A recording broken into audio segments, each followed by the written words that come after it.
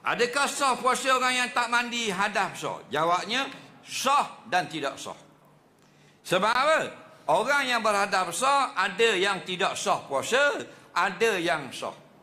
Mana yang sah puasa hadas besar? Janabah. Mana yang hadas besar tidak sah puasa? Haid dan nifas. Nah, jadi kalau hadas besar sebab haid dan nifas, tak sah puasa. Faham lagi? Tapi kalau hadas besar sebab janabah.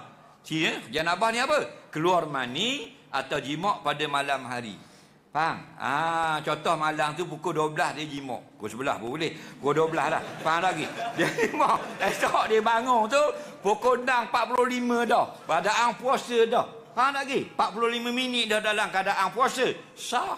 Dia mandi lepas mayang, lepas bangun. Sah. Faham lagi? Atau dia puasa setengah hari mimpi keluar mani. Pukul 2 Tok Imam keluar mani. Banyak 3 liter. Tak batal puasa. Faham?